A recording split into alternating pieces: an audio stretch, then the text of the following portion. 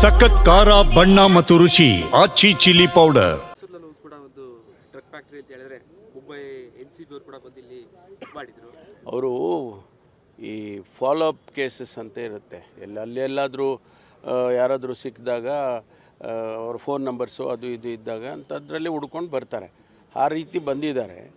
But ಇಲ್ಲಿ ಏನು ಅವ್ರಿಗೇನು ಯಾವುದೇ ಡ್ರಗ್ಸನ್ನು ಮ್ಯಾನುಫ್ಯಾಕ್ಚರ್ ಮಾಡ್ತಕ್ಕಂಥದ್ದು ಯಾವುದೇ ವಸ್ತುಗಳು ಅಲ್ಲಿ ಇಲ್ಲ. ಫಿನೈಲ್ ತಯಾರು ಮಾಡೋದಕ್ಕೆ ಅವರು ಕೆಲವು ರಾ ಮೆಟೀರಿಯಲ್ಸ್ ಇಟ್ಕೊಂಡಿದ್ರು ಅಂತ. ಡ್ರಗ್ಸಿಗೆ ಸಂಬಂಧಪಟ್ಟಂಥ ರಾ ಮೆಟೀರಿಯಲ್ಸ್ ಯಾವುದೂ ಇಲ್ಲ. ಆಮೇಲೆ ಅವರು ಬೇರೆ ಇನ್ನೂ ಅವರೇನೋ ರಿಲೇಟಿವ್ಸ್ ಅಂತ, ಅಲ್ಲಿದ್ದವರು ಏನೋ ರಿಲೇಟಿವ್ಸ್ ಅಂತೇಳಿ ಫಾಲೋಅಪಿಗೆ ಬಂದಿದ್ದಾರೆ. ನಮ್ಮವರು ಭಾಳ ಹೋಗ್ತಾ ಇರ್ತಾರೆ ರಾಜಸ್ಥಾನಿಗೆ, ಉತ್ತರ ಪ್ರದೇಶಿಗೆ, ಅವೆಲ್ಲ ಬೇರೆ ಮಹಾರಾಷ್ಟ್ರಗೆ, ಬೇರೆ ಬೇರೆ ಕಡೆಯಲ್ಲಿ ನಮ್ಮವರು ಕೂಡ ಹೋಗ್ತಿರ್ತಾರೆ.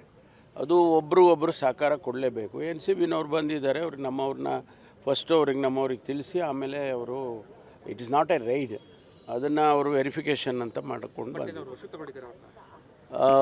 ಇಲ್ಲ, ಯಾವುದನ್ನು ಸದ್ಯಕ್ಕೆ ಅವ್ರನ್ನ ವಶಕ್ಕೆ ತಗೊಂಡು ಅದು ಬೇರೆ ಬೇರೆ ಬೇರೆ ಕಾರಣಕ್ಕೆ.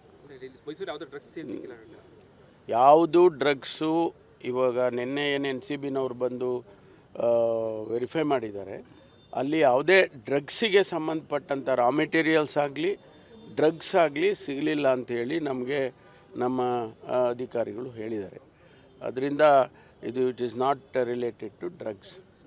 ಈಗ ಪಾಕಿಸ್ತಾನ ಜಿಂದಾಬಾದ್ ಕೂಗಿದಂತಹ ಆರೋಪಿಗಳಿದ್ದಾರೆ, ಆ ಕೇಸ್ಗಳು ಇನ್ನೂ ಕೂಡ ಇತ್ಯರ್ಥ ಆಗ್ತಾ ಇಲ್ಲ ಅಂತೇಳಿ ವಿರೋಧ ಪಕ್ಷಗಳು ಸಾಕಷ್ಟು ಮಾಡ್ತಾರೆ. ಹೌದು, ಸದನದಲ್ಲೂ ಕೂಡ ಅದನ್ನು ಪ್ರಶ್ನೆ ತೆಗೆದಿದ್ದಾರೆ.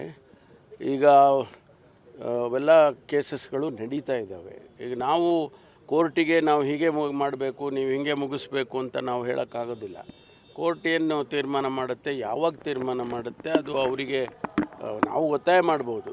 ನಮ್ಮ ಅಡ್ವೊಕೇಟ್ಸು ಹೇಳ್ಬೋದು, ನಮಗೆ ಬೇಗ ಡೇಟ್ ಹಾಕ್ಕೊಂಡು ಮುಗಿಸ್ಕೊಡಿ ಅಂತ ಕೇಳ್ಬೋದು. ಆದರೆ it is left to the honourable court.